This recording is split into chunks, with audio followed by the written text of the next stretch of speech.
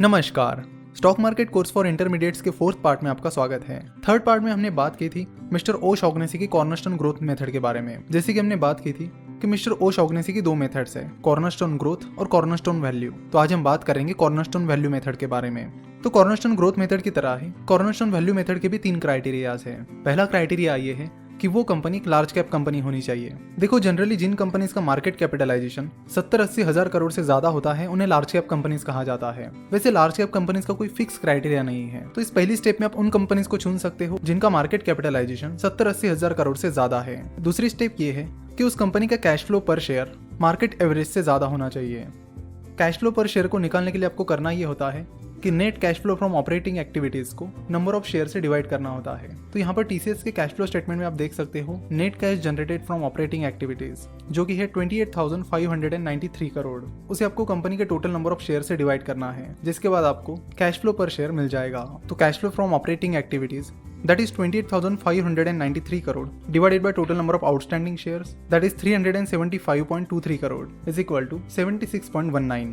उसके बाद आपको मार्केट का एवरेज निकालना है, जो कि काफी डिफिकल्ट बात है कि मार्केट में जो कंपनीज है उनका कैश फ्लो पर शेयर निकालना और बाद में सबका एवरेज निकाल लेना। तो ये चीज एक टाइम कंज्यूमिंग टास्क हो सकती है। फिलहाल तो हमें ऐसी कोई वेबसाइट मिली नहीं है जिसमें मार्केट का एवरेज कैश फ्लो पर शेयर निकाल के दिया हो। जनरली आपको ये सारी चीजें कंपनी वाइज निकालनी होगी। उसके बाद तीसरा क्राइटेरिया ये है कि पिछले साल का सेल्स मार्केट एवरेज के 1.5 गुना से ज्यादा होना चाहिए। तो ये चीज आप कर सकते हो कि उस इंडस्ट्री की या फिर मार्केट की कुछ कंपनीज को उठा के उनके सेल्स की टोटल कर लो और उसमें जितनी कंपनीज की टोटल आप कर रहे हो उस नंबर से उस चीज को डिवाइड कर दो। तो सेल्स का मार्केट एवरेज निकालना वैसे आसान है, उसे आप थोड़ा बहुत टाइम अलोकेट करके निकाल सकते हो। तो यह है मिस्टर ओ शॉगनेसी के कॉर्नरस्टोन वैल्यू के 3 क्राइटेरियाज। तो जो कंपनीज इन तीनों क्राइटेरियाज को क्रैक करेगी उन कंपनीज के शेयर प्राइस ने पिछले 1 साल में कैसे परफॉर्म किया है उसके अनुसार अरेंज करना होगा। लेट से पिछले 1 साल में किसी कंपनी की शेयर प्राइस 40% से बढ़ी है और बाकी सारी कंपनीज की शेयर प्राइस 40% से कम से बढ़ी है, तो जिस कंपनी की शेयर प्राइस पिछले साल 40% से बढ़ी है वो सबसे ऊपर आएगी। और इसी तरह सीक्वेंस वाइज आपको कंपनीज को लगाना है और उनमें इन्वेस्ट करना है। तो मिस्टर ओ शॉगनेसी की कॉर्नरस्टोन वैल्यू मेथड भी आपको screener.in पर मिल जाएगी। आप screener.in पर जाकर स्क्रीन पर क्लिक कर लीजिए और यहाँ पर ओ शॉगनेसी टाइप कर लीजिए या फिर शॉगनेसी टाइप कर लीजिए।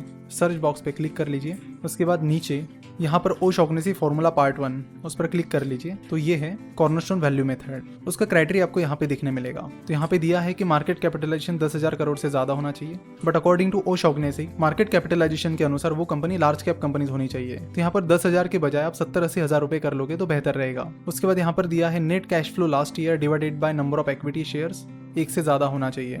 यानी जो सेकंड क्राइटेरिया है वो यहाँ पर दिया गया है कि कैश फ्लो पर share that is net cash flow last year divided by number of equity shares market average से ज्यादा होना चाहिए, ये था। लेकिन यहाँ मार्केट एवरेज की बजाय उन्होंने सिंपली कर दिया है 1 से ज्यादा होना चाहिए। उसके बाद सेल्स ग्रोथ इन्होंने डाली है 15% से ज्यादा होनी चाहिए। मिस्टर ओ शॉगनेसी का क्राइटेरिया कह रहा था कि पिछले 1 साल का सेल्स मार्केट एवरेज से 1.5 टाइम्स ज्यादा होना चाहिए। और कॉर्नरस्टोन वैल्यू मेथड में डिविडेंड यील्ड की कोई बात नहीं थी, तो आप हटा भी सकते हैं। तो यहाँ पे ओ शॉगनेसी की कॉर्नरस्टोन वैल्यू मेथड के लिए जो क्वेरी डाली है वो एग्जैक्टली राइट नहीं है, बट कोशिश की गई है कि इससे ये मेथड सॉल्व हो जाए। तो आप यहाँ पर आपकी रिक्वायरमेंट के अनुसार नंबर्स चेंज कर सकते हैं। यहाँ net cash flow last year divided by number of equity shares is greater than 1, तो 1 की जगह आप और कोई नंबर भी डाल सकते हैं आपकी रिक्वायरमेंट के अनुसार।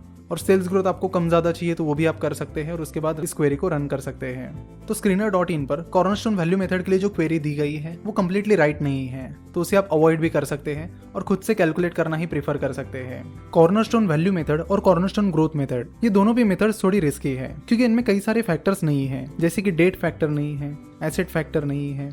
कॉर्नरस्टोन वैल्यू मेथड इसलिए रिस्की है कि यहाँ पर प्रॉफिटेबिलिटी की बजाय सेल्स पर फोकस किया गया है। अगर किसी कंपनी का सेल्स काफी ज्यादा भी है तो उसका ये मतलब नहीं है कि वो कंपनी अच्छा खासा प्रॉफिट कमाएगी।